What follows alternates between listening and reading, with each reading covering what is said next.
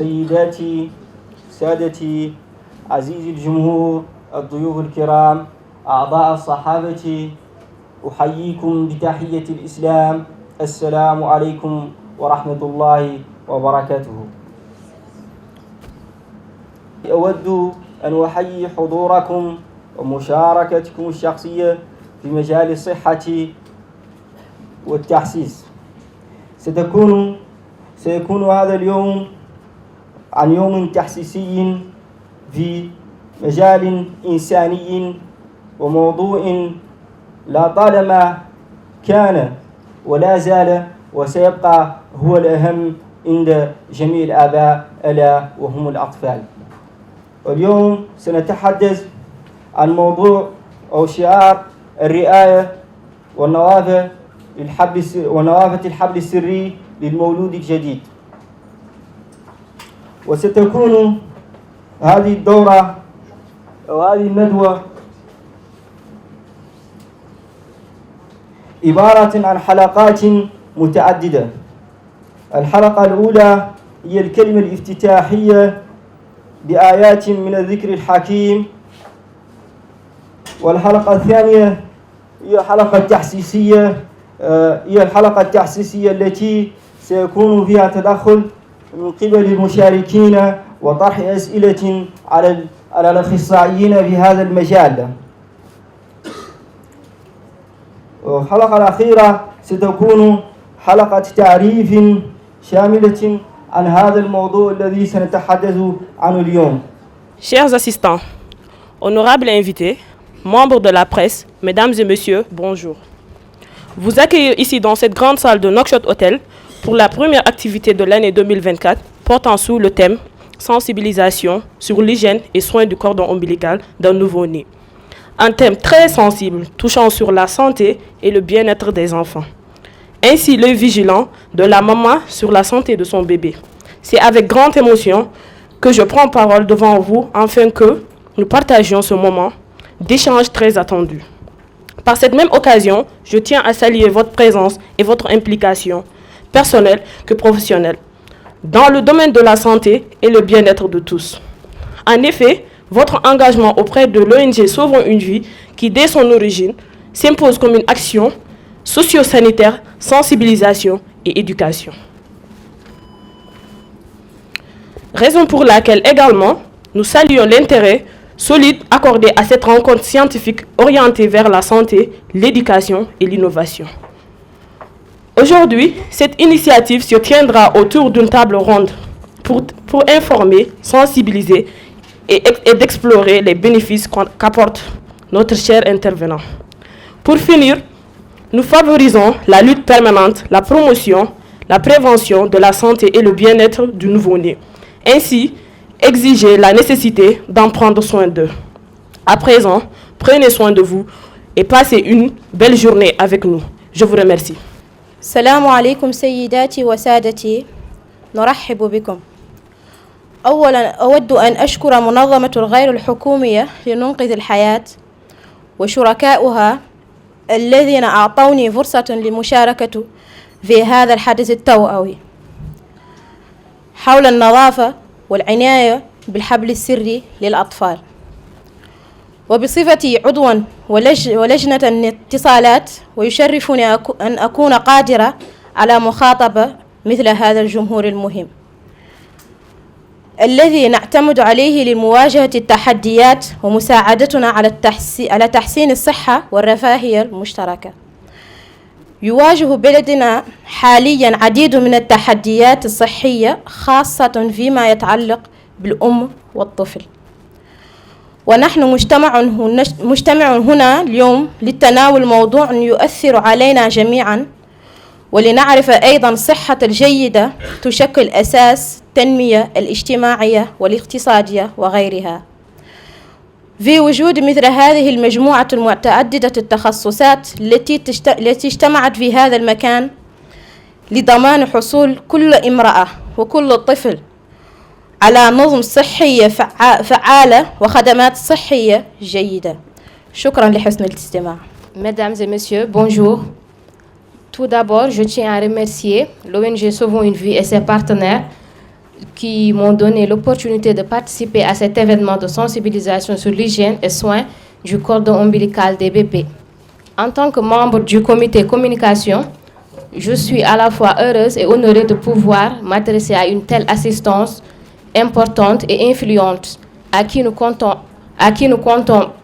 énormément sur votre apport pour relever les défis et nous aider à améliorer la santé et le bien-être commun.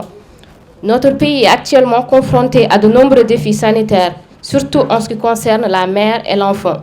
À cet effet, le centre de notre discussion dans quelques instants sera accentué sur l'hygiène et le soin de nos bébés. Certes, le débat est large et nous sommes réunis ici aujourd'hui pour aborder un sujet important qui touche chacun d'entre nous et en savoir aussi que la bonne santé constitue la base du développement social, économique. Et entre autres, en présence d'un tel groupe pluridisciplinaire réuni dans cet endroit, je me réjouis de vos efforts déployés dans le cadre de ces échanges socio-sanitaires. Nous devons veiller à ce que chaque femme et chaque enfant ait accès à des systèmes de santé performants et à de bons services de santé. Sur ce, je vous souhaite de passer une excellente journée avec nous. Merci. Selon le rapport 2021 de l'OMS, le taux de mortalité des enfants de moins de 5 ans en Mauritanie serait de 40 pour 1000. Le taux de mortalité néonatale serait de 22,6 pour 1000 naissances vivantes.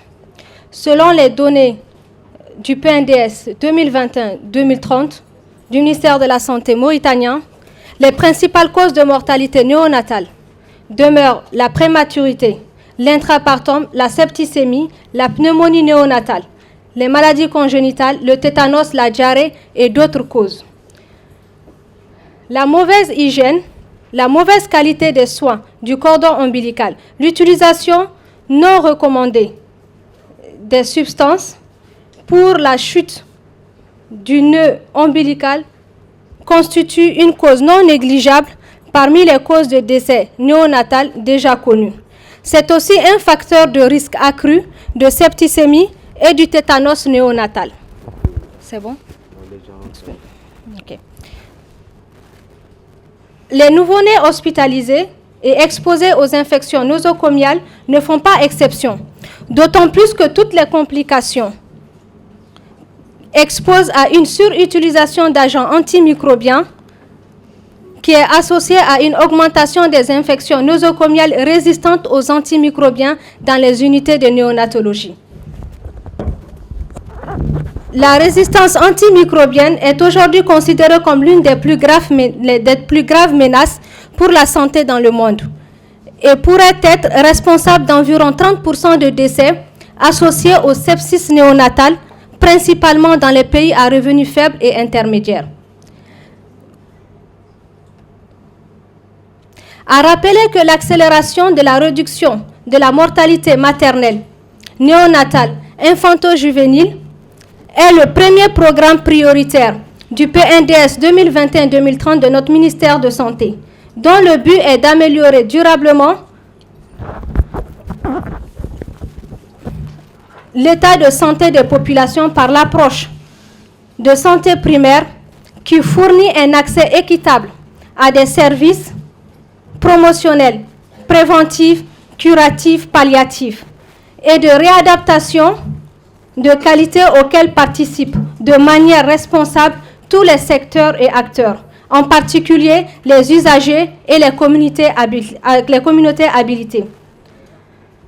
Quant aux infections ORL, généralement virales, ils font objet de traitements symptomatiques, sauf cas de bactéries en cause ou surinfection bactérienne. Leur taux de prévalence serait variable de 7 à 49,7% selon les régions, les saisons et l'âge. Une bonne hygiène ORL prévient les infections et surinfections bactériennes. Laboratoire Gilbert, c'est, je l'espère, le début d'une longue histoire avec la Mauritanie. C'est vraiment le lancement officiel des laboratoires Gilbert qu'on fait aujourd'hui avec vous et avec des professionnels de santé. Nous sommes présents depuis très longtemps en Afrique, en Maghreb, au Moyen-Orient. Nous n'étions pas encore réellement présents en Mauritanie.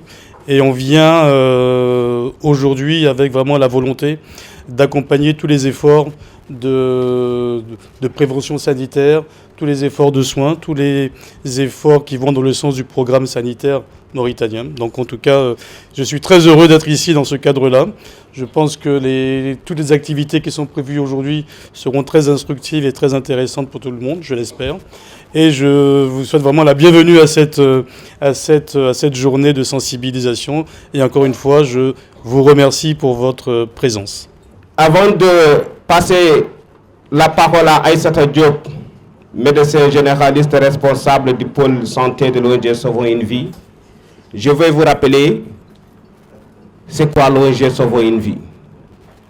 Nous sommes une organisation créée en 2014-2015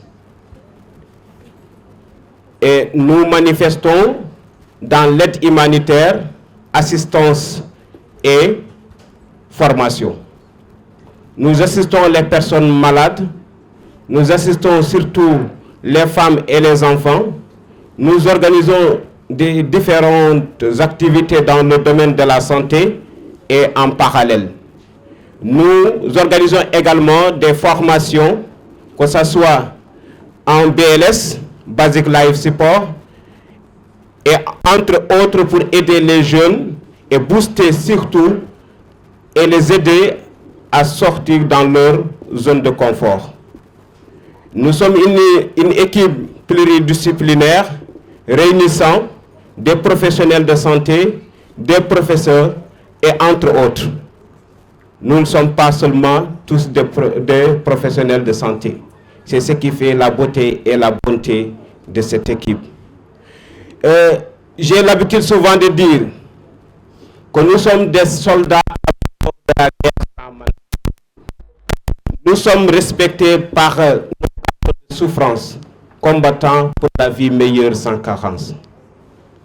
Si le cauchemar peut devenir réalité, un jour viendra que toutes les portes de l'avenir s'ouvriront en grande force et dans la vérité. Respirez l'air de cette voix magnifique. C'est Oumar Mbaye. Alors, Aïssata Diop va finir la première partie du discours et rentrer directement dans le vif du sujet. Assistance et honorables invités.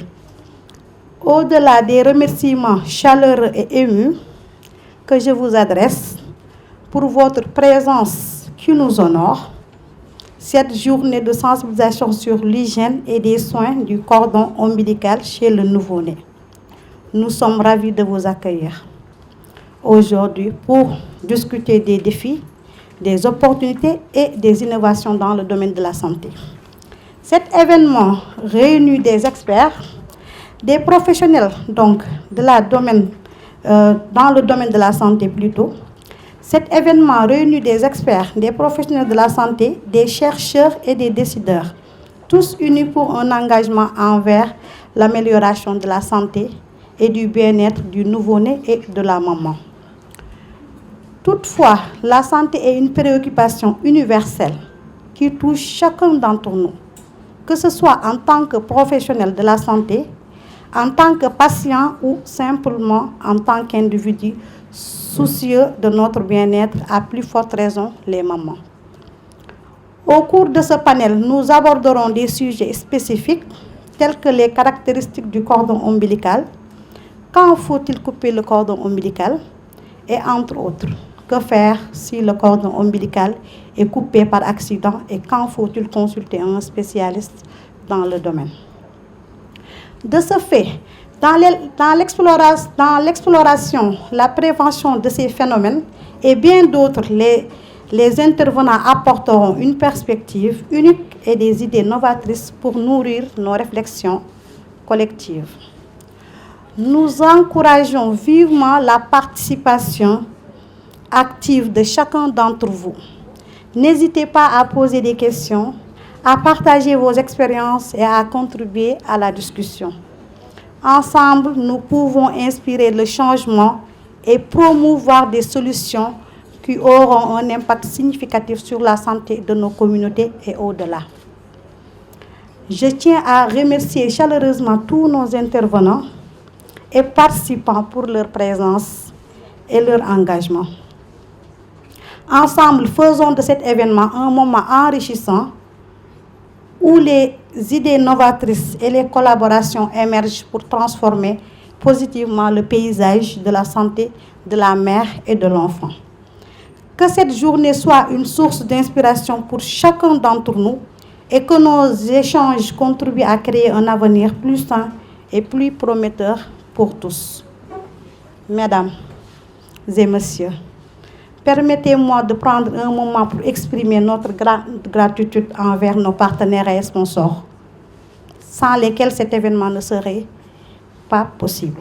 Donc, Profamedis et les laboratoires Gilbert, donc, qui ont eu à communiquer ou à faire leur mot de bienvenue avant moi. Leur soutien indéfectible témoigne de leur engagement envers l'amélioration de la santé et du bien-être infantile et maternel, et nous sommes honorés de les avoir à nos côtés, ainsi que les professionnels de la santé qui nous accompagneront tout au long de cette activité. Leur contribution permettra de créer un espace où les idées peuvent fleurir, où les innovations peuvent s'épanouir et où les solutions peuvent être explorées de manière collaborative. Nous, ONG Sauvons une vie, disons un immense merci pour votre générosité, votre vision et votre dévouement envers la cause de la santé. Votre soutien contribuera à construire un avenir où la santé est une priorité partagée. Nous tenons également à souligner nos partenaires médias qui jouent un rôle crucial dans la diffusion des informations et des discussions qui auront lieu ici aujourd'hui. Leur engagement envers la sensibilisation et l'éducation dans le domaine de la santé est inestimable. Nous ne pouvons pas clôturer ce discours sans rendre hommage à notre mentor et infatigable vice-président, secrétaire général Moussa Ndiaye. Malgré son absence physique, mais présent moralement en pilotant à distance et en nous aidant dans la prise des bonnes décisions pour la réussite de cette journée de sensibilisation. Donc, pour terminer, nos vifs remerciements aux différentes équipes de travail, communication, organisation, relations extérieures et entre autres, sans exception pour leur disponibilité, leur dynamisme pour le bon déroulement de cette journée.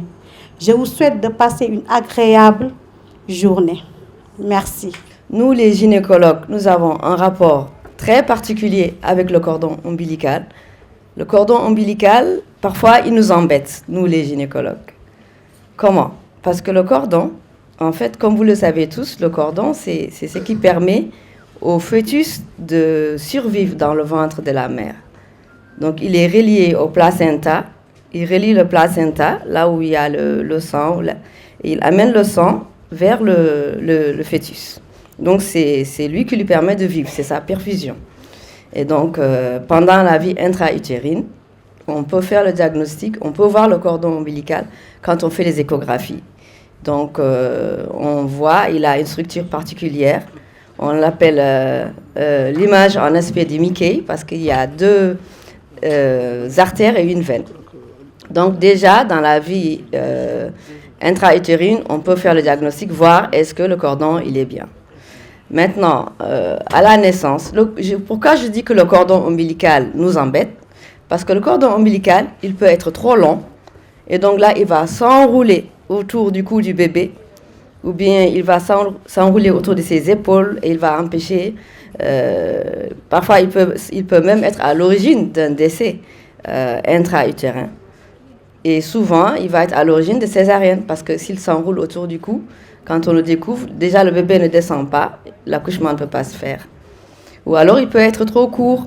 Il peut être trop court aussi, et donc là, quand le fœtus va bouger, il peut entraîner un décollement du placenta et conduire aussi à la mort. Donc vraiment, le cordon, il joue un rôle très important. Et maintenant, à la naissance, il est aussi important. Avant qu'on coupe le cordon, on attend quelques minutes pour permettre au fœtus d'avoir le maximum d'éléments, de nutriments, de sang. Donc, on le traite et ensuite, on le coupe à 3 cm. Et donc, une fois qu'on le coupe maintenant, c'est fini. Il n'a plus ce rôle essentiel. Il faut juste qu'il accepte de bien cicatriser, se fermer et tomber. Et c'est là que le travail maintenant de la maman et du pédiatre commence. On dit alhamdoulilah parce qu'on est immunisé, on est immunocompétent. Donc notre organisme permet de lutter contre ces germes. Mais un nouveau-né qui vient de voir la vie qui est à J1 ou J2 de vie, il n'est pas capable de lutter contre ces germes. Et une fois qu'il a une septicémie ou un choc septique qui est dû à une bactérie multirésistance ou un germe nosocomial, le fait de le traiter, c'est très très compliqué. Ça nécessite beaucoup de moyens, ça nécessite beaucoup d'investigations et c'est vraiment quelque chose de très coûteux. Donc pour éviter tout cela, je pense qu'on doit entretenir réellement le cordon ombilical et on doit prendre soin et faire une hygiène correcte de ce cordon en fait. Donc voilà, je ne vais pas être trop long, mais je vous rappelle quand même que c'est quelque chose de très redoutable d'avoir des enfants qui font des septicémies ou qui font des chocs septiques. C'est quelque chose de très difficile à traiter et c'est quelque chose de redoutable. Je pense que le Dr Astou a parlé en long et en large dans la présentation, il a bel et bien présenté.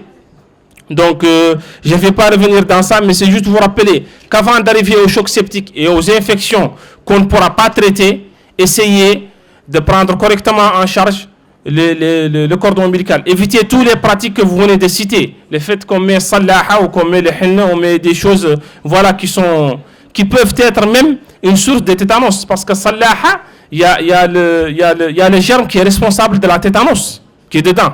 Parce que c'est un germe qui se trouve au niveau du sable et ça peut pénétrer. Donc le tétanos peut avoir comme porte d'entrée une porte d'entrée ombilicale. Donc c'est quelque chose de très grave. Moi, je pense que ce sont des pratiques qu'on doit vraiment, vraiment éviter. Maintenant, la question de Oumoussi, je ne sais pas si elle est là ou pas, mais elle avait posé une question. Je pense que la question elle-même n'est pas très claire. Qu'est-ce qu'elle veut dire par le fait d'avoir l'ombilic un peu long? Parce qu'il y a deux situations. On peut avoir un cordon ombilical. Parce que comme on a dit tout à l'heure, le cordon ombilical peut être coupé à 2 cm, à 3 cm ou même à 5 cm. Et après, ça va se détacher de l'organisme de l'enfant. Maintenant, le fait d'avoir un enfant de 4 ans ou de 5 ans qui a un ombilic qui sort, ça, je pense que ça rentre, je ne sais pas du tout, mais ça rentre dans le cadre d'une hernie ombilicale peut-être. Oui, c'est ça en fait. Donc c'est deux choses différentes. Le fait d'avoir un cordon ombilical qui est long, ça dépend de la décision qui sera prise par le gynécologue ou par la sage-femme. Parce que nous, on ne va pas mesurer de façon exacte. On n'a pas un senti souple qui nous permet de dire exactement on est à 2 cm. On permet d'estimer. Par exemple, moi, les deux doigts de cette dame peuvent faire 2 cm alors que mes doigts font 3 cm. C'est plus large. Donc on fait une estimation et on coupe aux alentours de 3 ou 4 cm. Donc ça peut vous paraître un peu plus long dans certaines situations que dans d'autres. Maintenant, le fait d'avoir un enfant qui a 2 ans, 3 ans ou 4 ans et qui a un ombilic qui sort, ça je pense que ça rentre dans le cadre d'une hernie ombilicale et ça peut être traité par la chirurgie. Donc je reviens sur ce sujet pour conclure et dire que c'est un sujet très très important. Malheureusement, dans nos contextes, il y a beaucoup de pratiques qui se passent et qui peuvent être à l'origine de ces infections. Et je pense qu'une fois qu'on a une infection, elle sera redoutable parce que le fait de la traiter, c'est quelque chose de très grave. Je ne cesserai de le dire parce que je les vois tous les jours au niveau de l'hôpital Bien-Enfant, des patients qui sont évacués de l'intérieur et qui ont un cordon ombilical malheureusement qui est infecté. Donc ce sont des accouchements qui se sont passés peut-être à domicile ou dans un village avec pas une sage-femme, mais une accoucheuse ou une personne qui n'est pas qualifiée et qui ne se soucie pas de ce qui va se passer. Donc les gens sont contents parce que le bébé a crié et tout, mais 7 jours, 15 jours plus tard, l'enfant se trouve en réanimation, il fait une fièvre, il fait des signes d'infection, et c'est quelque chose vraiment de redoutable. كنا اليوم في هذه الورشة التحسيسية المعدلة من طرف منظمة لننقذ حياة حول طريقة العناية بالحبل السري وطريقة المحافظة عليه وطريقة نظافته، واستفدنا منها إن شاء الله ياسم اللي فاتوا، وتغير عندنا ياسم المنظوم كان عندنا في عادات في المجتمع خاطئة كانت تعدل، جبرنا فيها ياسم من الفائدة وياسر من المعلومات اللي ما كان عندنا زدنا به رصيدنا في المعلومات الصحية واستفدنا منه جزاهم الله خيرا.